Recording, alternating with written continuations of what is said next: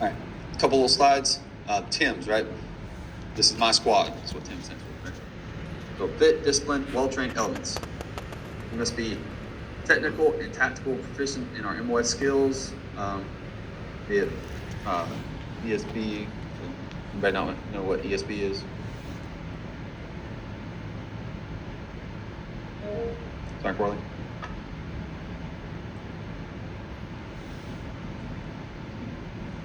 Well, I'm double thinking now, but is it that electronic shooting or electronic? No, not quite. That's the new badge they implemented, the expert soldier badge, right? So many soldiers complained they couldn't get an EIB, they're not infantry, right? So now we have the expert soldier badge. That's an EIB is your expert infantry badge. EFMB, right? Expert field medical badge, and then master gunner, right? Credentialing, things like that, right? I'm a scout. We also don't have fancy badge. We just have a excellence in armor award. It's the same thing as EIB, a little bit harder, right? But we have no badge to say that, to let everybody know we have it. It's just subdued marker on your ERB. Right? That's all you get. My infantry guys in here, I've done EIB. I know it's harder. I'm about the EI, right? I've been there. I've done it. I just can't work. Right. Right? I and TIMS invest in the non-commissioned officers through traditional and non-traditional education, right? So make sure NCOs are educated. An educated NCO is a dangerous NCO, right? When I say dangerous, I mean for the enemy, not for everybody else, right? But you have a well-educated NCO who's knowledgeable and competent, has good values and ethics, right? That is a fighting force. And the fighting force that NCO can train and build is unstoppable, right? So traditional and non-traditional. So that can be through college, right? Non-military education and military education, right? We got to manage the talent that we have. We got to align the process of NCOs at all levels through knowledge, skills, and behaviors, and then supervise and assess performance in accordance with the NCO Common Core competencies, all right? NCO C3. Any question on this is my squad or TIMS?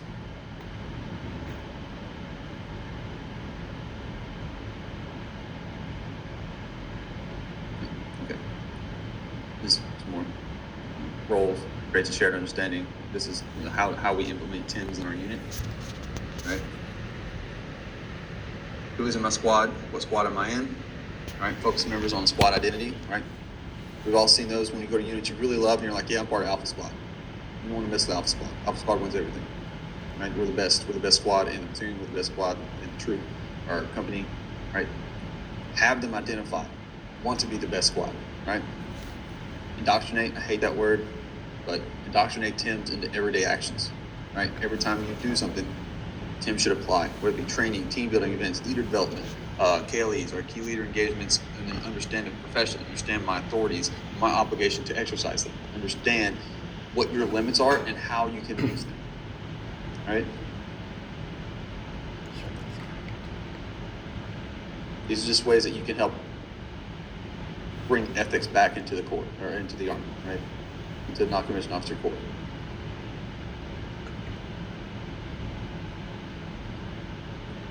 All right, I told you, make sure you read into the Soldier 2020, right? This is Soldier 2020. This is kind of where we cover it. We don't really go into depth. This is pretty much all we got, right? What are the standards that 2020 laid out? What is the leadership role 2020 put out?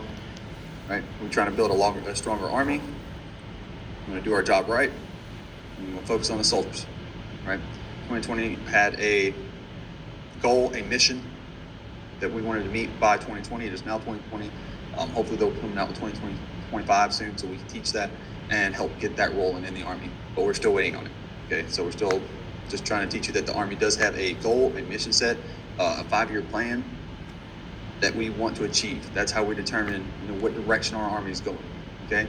It's a standards-based Army, and it's to match the right soldiers, regardless of gender, faith, whatever it is, to the jobs that best correspond to their abilities. Okay, so that started the implementation of females in combat arms. into Ranger School, Special Forces. I don't know if you guys stepped to the but there's one female who may become a Green Beret. Right? So, and then that helps us better utilize our force, right? Because everybody has the skills, right?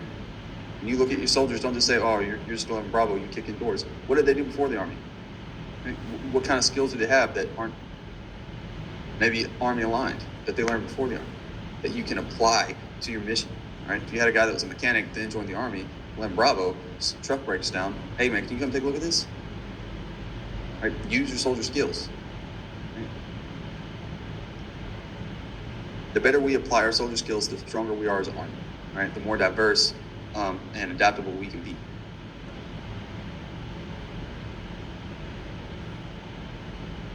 And that's when they started the planning for the ACFT, right? Standards based, not gender based. No more female scale, male scale. No more age scale, okay? Everybody's expected to do the same job. Just because you're a 60-year-old sergeant major doesn't give you the right to be on profile and not do anything for the rest of your career. So you gotta be able to do the basic soldier skills, right? Now, have we started meeting some of those? Yes, we are working on that. Right? Is it perfect? No, absolutely not. Hopefully leaders like you who continue in the Army can help us achieve these goals. All right, that's what we want. Any question on 2020? There's the talking points you guys can read about in Blackboard. You will need to read about them and how that you're going to help your soldier or your unit apply Soldier 2020 immediate mission according to Soldier 2020, NCO 2020 on your reflective essay.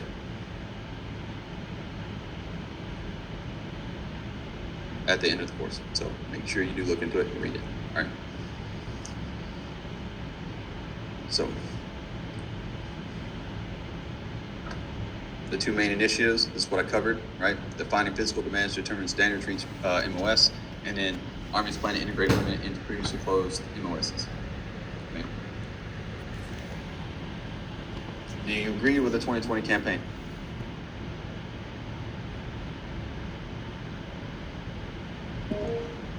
Sergeant Corley. Sergeant, is this also where they are changing the promotional packets by taking out all information that could reveal the soldier's race, gender, ethnicity? That is a recent overhaul with the promotion system. So I do not know for sure if that stems from 2020 or if that's going to be part of 2025. Well, I still do, Sergeant, agree with the 2020 campaign. But yes, I do agree. There are things that should be left out when it comes to decision making to remove all biasness from potential board members, right? I mean, I made my first board, but that's because of my career, okay? And that's how it should be for everybody. Now, as far as I know, it doesn't reveal your race or they're not supposed to be able to see any of your skin, period. But it's going to be extremely hard. So I think right now they are looking at trying to take DA photos out of board packets because it's a lot harder for a female to conceal, gender based on a photo of them in their ASUs. They have a whole different uniform, right? So to better incorporate that, I think they're looking at potentially removing DA photos from the board selection process.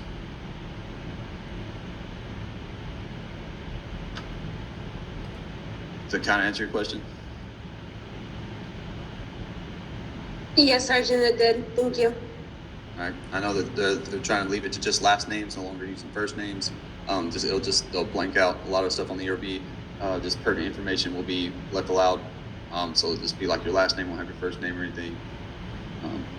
And then your race, all that stuff will be covered up, but they'll still leave like your pew holes open so they can see physical capabilities, permanent profiles. They'll have your unit history, or where you've been, your awards, and all that fun stuff, right? But that's kind of what they're trying to limit it to. The only thing that's gonna be hard is the verbiage and say your NCOERs. we use gender pronouns, right? Our expertise in this, his expertise in this, it's a key thing there. So I don't know if they're going to look at refining that, how we build NCOERs, and what verbiage we use. So that may be part of 2025 as well. We'll see. Okay, can't confirm or deny. Sorry, I don't have more information, but it's just a low man on the totem pole still.